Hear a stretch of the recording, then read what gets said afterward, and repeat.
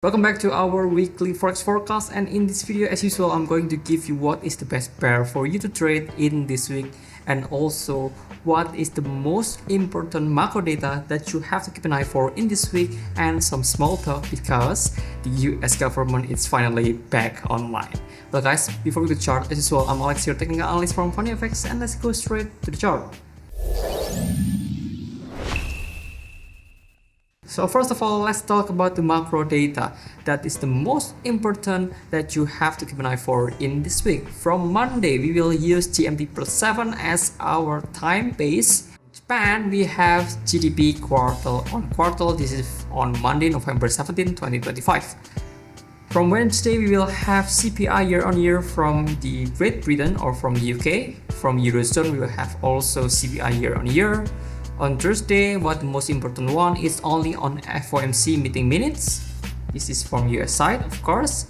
And from Friday, it's not that relevant because it was PMI. Okay, this is the time where I'm going to give you what is the best pair to trade in this week. Number one is DXY. Let's talk about the dollar index. What will happen here on the dollar index? On dollar index, we are going to see here, and we are already see here, the price already entered the demand zone, and we can see right here there is a sign of rejection, and rejection has been already made in the demand zone itself. The support came at around 98.565 and resistance will came at around 100.360. So the resistance will came or will become its final approach, its final take profit target, because this resistance zone is very strong. We will see plenty of rejection here and potential rejection or even false breakout when the price entered this resistance zone. The main plan for DXY for this week is keeping its bullish face. It's going to keep rallying until he is going to found another supply above. The next one is let's talk about the pound dollar. Okay, let's talk about the pound dollar. The pound dollar here is on the forward chart. Pound dollar is going to move to the bearish trend because the DXY is appreciating, because GBPUSD or the pound dollar it's having the negative correlation between the dollar index and the pound itself. So the trend transition or the trend will likely to become bearish trend, continuing to the bearish trend. So here on the forward chart, the pound dollar is already rejecting the supply zone. The rejection itself make an ABC correction by Elliott wave theory.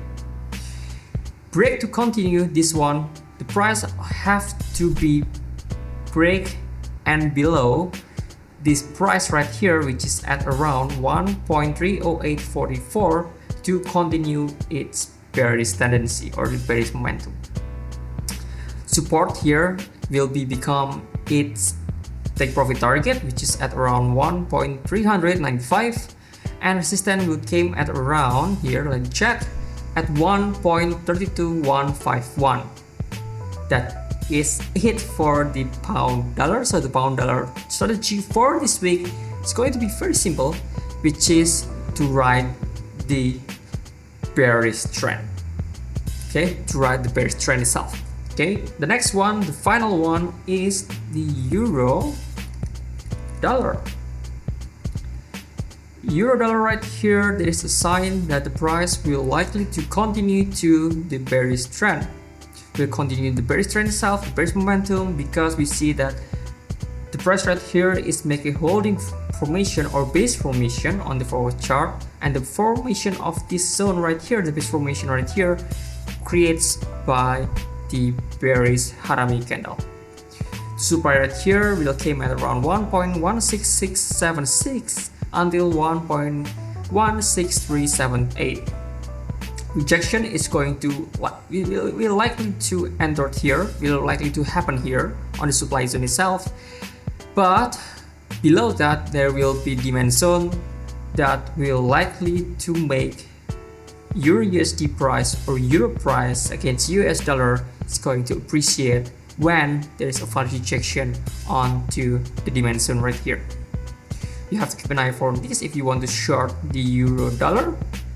And if the price still going to continue plunging lower than the demand zone, well, your next target will be at around 1.14687 as its prior support. This is very strong support because after the price makes this support, then the price climb almost more than 60% in this primary structure or primary trend movement, right? So next one is, let's talk about the macro data or macroeconomic, what happened here after the US government is back online. Quoted from the Gov Situation letter, okay, the White House says October job and inflation data may never be released. We will not going to know what happened on October. On September, even on September, it's not going to be important because the Fed already make a decision on October. But this is very important because October job data or job inflation and even inflation data, it's going to be determined by the Fed, while the Fed is going to maybe cut another interest rate by December. But if the Fed look at the data of October data, it shows the inflation is surging even 0.1%, the Fed will likely to hold its interest rate cut because we already have 2 cuts this year and we are not going to see another 3rd cut. This is my own opinion about this. But before we go to that, actually within an hour here, another breaking news from the Gov Situation letter say that the White House announced that the October job report will be released without an unemployment rate. For me, this is useless. Job data without unemployment rate is very useless. Doesn't matter how many jobs that you are going to open in this period of time. What matters the most is the unemployment rate. That's my take about that one. Another one from the Gov Situation letter, US government shutdown finally starts. Well, number 1 is 5 million airline passenger delayed or cancelled. 619 billion in new federal debt. Can you imagine that? US government is on shutdown, not working, but the debt is rising by 619 billion. It's completely crazy. Federal statistical system permanently damaged. October jobs and inflation data may never be released. 43 days of economic data currently delayed. And 750,000 federal worker is furloughed. The current funding bill only reopens the government through January 30th. Round 2 away. January 30th next year. You have to wait more than 2 months before it finally back to the office. This is worse. This is not the best one. But what good about shutdown is when the US government is on shutdown, I don't know why, but Forex market or FX market is become more tameable rather than if the US is on office. The US government is still on office. I felt like there is no volatility, there is sufficient volatility, but when the US government goes shutdown, there is small amount of price action getting false break or getting long week, or the volatility itself is being tamed down, which is good for us, which is good for me.